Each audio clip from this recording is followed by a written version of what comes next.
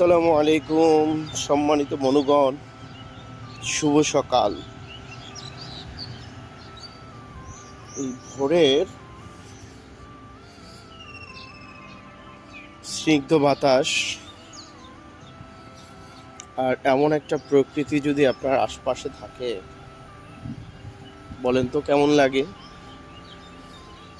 হুম? এমন একটা ভোর প্রতিদিন আমার ভালো লাগার কারণ। দেখতে পাচ্ছেন, ফুলের গন্ধে মাতোয়ারা হয়ে এভাবেই যদি আমি দিনের শুরুটা শুরু করি, আর কি চাই? আসলে ঠিক এই কারণে আমি আমার এই কর্মস্থল ছেড়ে বরিশালে যেতেও একটা টান অনুভব করি।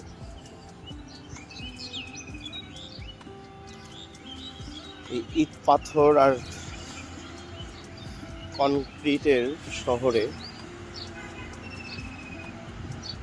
এত সুন্দর একটা পরিবেশ সত্যি লোভনীয় এবং অভাবনীয়। দেখেন ফুলের পাপড়ি কত সুন্দর ছড়িয়ে ছিটিয়ে আছে। ফুল কেন ছেড়ে সবাই? ফুল তো ছেঁড়ার কোনো দরকারই নাই।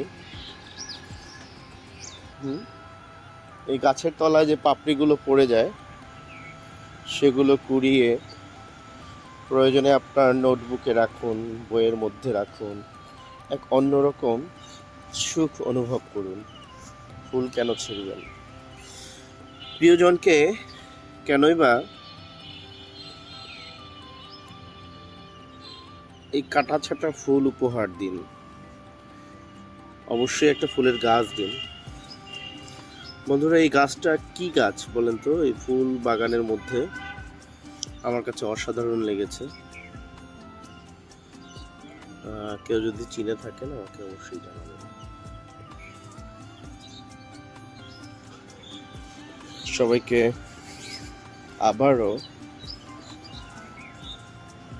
প্রভাতী শুভেচ্ছা জানিয়ে আমি বিদায় নিতে চাই। সবাই সবার আশপাশকে এরকম সবুজ আর ফুল, শাকসবজি এগুলো দিয়ে আবাদ করে সুন্দর একটা পরিবেশ তৈরি করতে পারি। কত সুন্দর একটা প্রকৃতি দেখেন।